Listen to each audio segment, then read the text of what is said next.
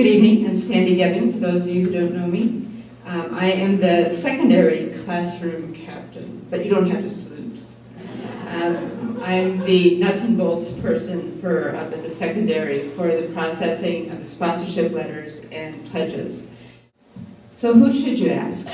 So the first step would be to just simply make a list of people that you know or would want to contact, either here or far away. Now that would include, of course, family, friends, and neighbors. But then think of the other people that you might have a professional contact with. Your doctor, Dr. Speeds, mine is sitting here, dentist, your attorney, your accountant, even your insurance agent, although Gebbings have been taken. Okay? And then you do have your Christmas card list. You have, nowadays, it's more of an email contact list. And then there are church directories, there's membership directories for other organizations you might be a part of. Now, I'm not saying that you should go down the list and copy these off and send it to everybody on that membership directory list. You don't know a lot of them, but it will spark a thought of people who do care about what your children are involved in. And in that packet, you're going to find this bright colored card that you put on your refrigerator or bulletin board or whatever, and it lists all the important dates for the event, the Impact 2010. It will also have this brochure from Champions Events that just kind of leads you through the fundraising process. It's going to have an information sheet, step by step, how to go through doing the sponsorship letters or the pledge sheets. What is a sponsorship letter? Well, they look like this. They're a 4-color piece, very nicely produced, and it's a trifold. If I don't use that, can you hear me? I have to do that. Okay, so I'm going to do the plates and the unstick thing. So that this has return address, has a place for you to address it, has a place for you to put your students' names. Wow, that's a lot to remember. Well, what I'm going to say is we want you to touch this 7 times. So let's go through what the 7 times are. On the inside is a letter that is going to be addressed to whomever it is that you're sending the letter. You want to put their name, Dear Aunt Jane, or whatever friendly greeting you might have. Make it personal. I did this as a classroom captain last year, and one of the jobs of my team is that we go through and we check all of the letters as they come back in. You don't mail the letters yourself. You actually send them with your children back to the school, and I'll get back to that in a moment. But I did have some come through where there was no name. It's like it's not a real personal touch when it says, Dear. So please do put their name in there. And then we would ask that you have your child sign with sincere thanks right there. And that is the perfect space also for them to have a little personal note to whomever it is that you're sending this letter. They might want to say what project it is that they're doing. They might want to say something about how excited they are about their school. They might want to say, hey, hope you're feeling better, if they knew that they were sick. Just something to make this contact personal. So you fill out the inside as if it were just a letter that you had written yourself. Then on the outside, this is where it gets a little bit tricky. This is a return flyer. So first of all, you are going to put your child's name at the top here. This has ECA's return address on it, so it's already set. But we would like you to put your child's name so that they know who it came from and it's not just a piece of junk mail. Then we want you to clearly and completely address this to the person you're sending it to. Include the zip code, please. Okay?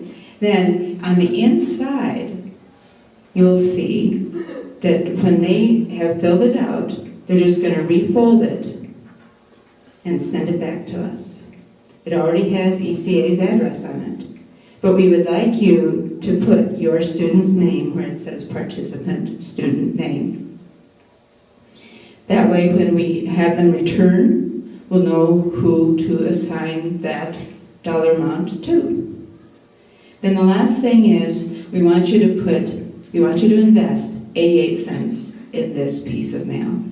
Put 2 stamps on it, one to send it out, one for them to return it. The return percentage will go up dramatically if you put the stamp on it. How many times have you had something flying around on the inside of your car for a week, all for the sake of a stamp? So please put a stamp on it so that it'll make it nice and easy for them to send it back in. On the outside of the envelope then, we would like you to record the name of each person to whom you send a sponsorship letter. And this is for you to keep a record of who you sent it to.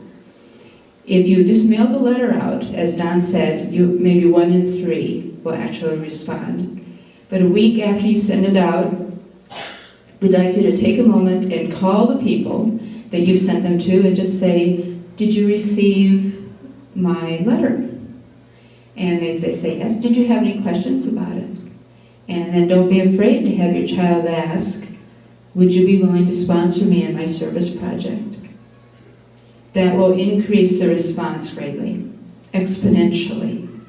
So that's why you keep the envelope. As Jamie mentioned, we also have an opportunity, if you don't care to send out letters, or if you'd like to do both.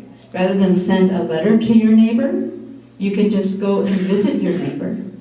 And there's a pledge sheet in there. And it's just like the Boy Scouts selling popcorn, the Girl Scouts selling cookies, the 5th graders selling butter braids, 6th graders selling calendars. They're all very similar. You put the name, the address, the city, state, zip, the phone number, how much they're donating, and whether they gave you a check or cash. You just mark that. And then the envelope becomes the mechanism for you to just keep the money in. You don't have to record their names on the front of the envelope or anything.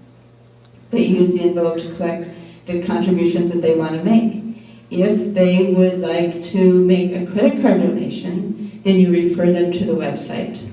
We're not going to have your kids or you take down credit cards and have that flying around. So we're just going to have you refer them to the website and they can make a donation there. On Monday, March 1st, we would like to have the first best effort return date. There are 2 kinds of letters in the packet. So please notice that there are 2 different pictures. There's 20 that you could send from your children, that your children could send, I should say. And then there are 10 that you could choose to send as an adult or from your family. If you need more of either one, we will be glad to provide them. So don't be shy about asking. So there's 2 kinds of letters, and there's not a limit, there's not a quota. We're sending out 20 of one and 10 of the other. Love to have you fill them all out. I had one student last year who sent out 150. So we do have plenty. There are also some people who will send out 2, 5, 20, 40. It's a best effort. That's all we're asking is for your best effort. And so on March 1st, there will be a collection box in each of the homerooms and in each of the elementary classrooms. We'd ask that the students bring all of these back. Please do not mail them, because then we won't have a record of who they went to. And when the donations come back, we can't match it there. So you bring them all back to the school, we check them over, and then we mail them out from here. Monday, March 1st. That next day, we're going to do all the tallying, and then those students who brought in the letters are going to get to pick out their gifts to be given to Life Network. So it's going to be a very exciting day for them. We're giving you about 10 days to give thought to who you're going to send them and to prepare the letters. Then we will have a second collection date. Because if you're, like me, a procrastinator, sometimes things don't get done by the first date. So then there is a second date, and that is March 8th. Leading up to the biggest day of all, which is March 15th, the Impact 2010 Day of Service.